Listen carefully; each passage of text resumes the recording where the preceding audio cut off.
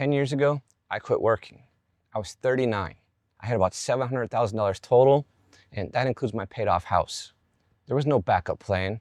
No, well, I'll just go back to work if this doesn't work. Safety net. I just wanted my time back. I wanted to travel. And honestly, I was betting that $700,000 was going to be enough to live on for, I don't know, the rest of my life, however long that ends up being. So, did it work? Mostly, yeah, but not really in the way that I thought it would. And there's a part of this story that has nothing to do with money at all. And I'll get to that. All right, so why did I even do this? Retire that early? Well, it wasn't about sitting around doing nothing. That was never really the fantasy for me. I just wanted to decide what a random Tuesday actually looked like. And I actually wanted to see some of the places that I had watched on YouTube instead of just looking at them on a computer screen. I think this is the part that people miss though. The life that I wanted was pretty cheap. I mean, I didn't want a bigger house, a nicer car, or some hobby that cost a fortune every weekend. What I wanted was something small, simple. And that's a big reason that the math worked. See, I wasn't trying to pay for some huge lifestyle. So at 39, I sat down and looked at real numbers, not what some Yahoo Finance article says you need, just what I actually spent, what kind of life I wanted. And when I ran the numbers, $700,000 looked like I could make it work. Not guaranteed, obviously. I mean, I had no clue what the market was going to do over 10 years, but it felt possible. Then something happened that had nothing to do with the spreadsheet. The travel part, it worked out exactly like I hoped. I've been to maybe 10 countries over these 10 years, mostly in Asia, plus Mexico. But on my second trip to Asia, my first trip to Cambodia actually, I met the woman who's now my wife. And that definitely wasn't part of the plan.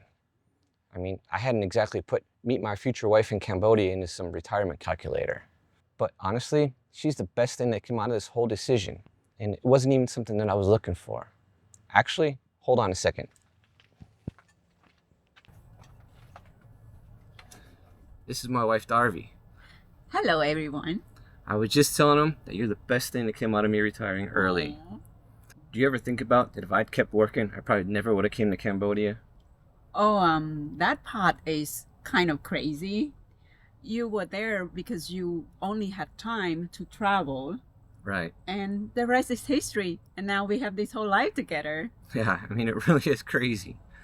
So, what's your favorite part about how we live now? Gardening.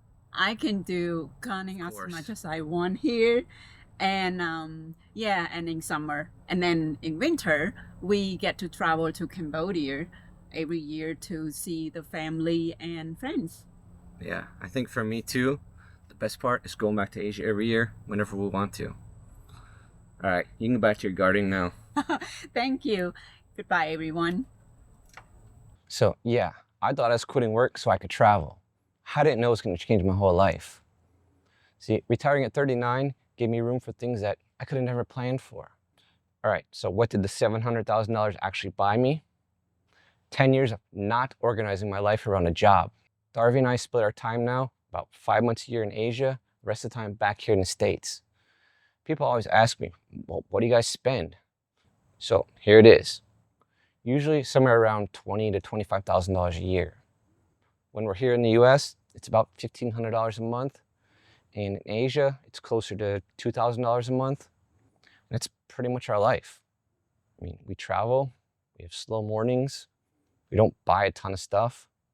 It's not some luxury life, but we're comfortable. We have everything we need. And honestly, we don't really want much more. What it gave me was control more than anything else. Where I live, how my day goes, what I spend my time on, and what I just don't have to do anymore. That was something that I understood even at 39. I didn't start with a number and try to build my life around it. I started with the life that I wanted, then figured out what it cost. Okay, but the real question is, what you really want to know is, what happened to the $700,000? Well, 10 years, no steady paycheck, traveling for 5 months every year. I'll get to the numbers in just a second, I promise. So here's where things are now. The investing, it's been boring on purpose. Mostly broad market index funds, VTI mainly, a small amount in Bitcoin and gold, emergency money and spending in Escov, And house still paid off. No trading, no trying to guess what the market's going to do next. I just left it alone. There's been a little income along the way too, but it's small stuff. Somewhere between $2,000 and $5,000 a year from bank account sign-up bonuses, believe it or not. Another $4,000 or $5,000 a year from my affiliate marketing business that I started before I retired. And lately, a very small amount from this channel. And I might do a separate video on that if people actually want it. Just what YouTube actually pays us, let me know in the comments. And I know some people are gonna say, well, you're making these videos and if YouTube pays you money, are you really retired? Look, that's a fair question. I just don't see it that way. To me, being retired doesn't mean that you can never make another dollar. I don't wake up needing YouTube to pay the bills. I make videos because I enjoy it. If it makes a little money, hey, all right, that's great. The question isn't whether money comes in, it's whether I need it to. And I don't. That's the difference. So after 10 years of withdrawals, travel, and no regular paycheck, where's the portfolio now? Somewhere between $1 million and $1.2 million, depending on what the market's doing that month. I didn't expect that, but I want to be clear about something. Turning $700,000 into $1 million, that was never the goal. That's not why I quit. I wasn't trying to win some investing game. Now, again, I know somebody in the comments is going to say, yeah, but you just got lucky. You retired into a really strong market. And yeah, of course, luck played a part.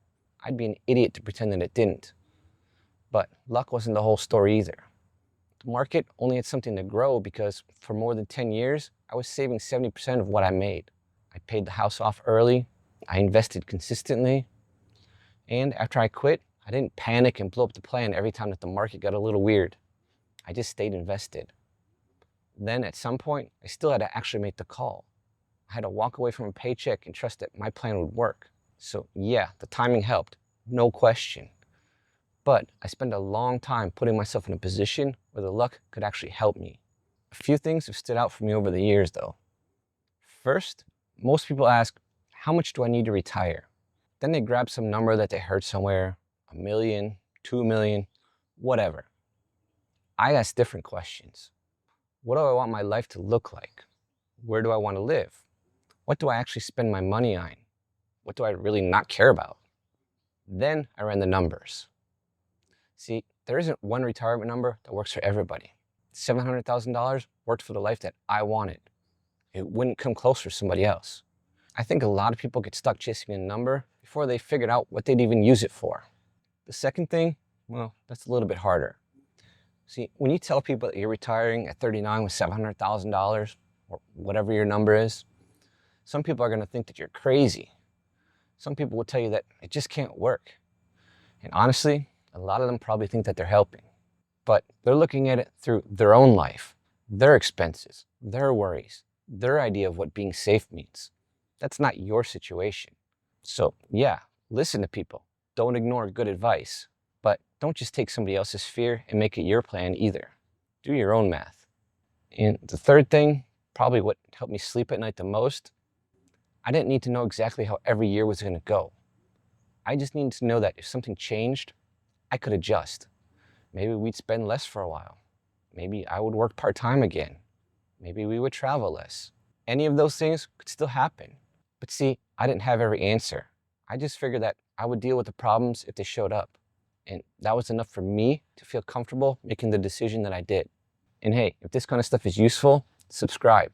I'm just sharing what this has actually been like for us, the good parts, the numbers, and the stuff that I didn't see coming. Now, do I regret it? No, not one bit. I got 10 years back when a lot of people are just settling into their careers. I saw places that I probably never would have seen otherwise. I met my wife on a trip that I only took because I had the freedom to take it. And somehow, the money ended up bigger than when I started, which I really wasn't expecting. But honestly, even if it had gone the other way, even if the number had gone down instead of up, I don't think I'd regret it. The point was never to die with as much money as possible. It was to use it while I was still young and healthy enough to enjoy it. At 39, the math told me that $700,000 could work for the life that I wanted. 10 years later, it looks like the math was right. Well, look, that doesn't mean that $700,000 is a number for you. It just means that your number has to come from your life, not somebody else's fear. not for some guru that you saw on TV. I wasn't trying to become a millionaire 10 years ago. I was trying to buy back my time. And looking back, yeah, it was totally worth it. And if you're thinking about working longer just because you feel like you're supposed to, I made another video that you should check out. It's about what that can cost you that has nothing to do with your portfolio. I'm talking about your health, your relationships, your time. I'll leave a link down below. Go watch it now. Thanks for watching, my friend. I'll see you next time.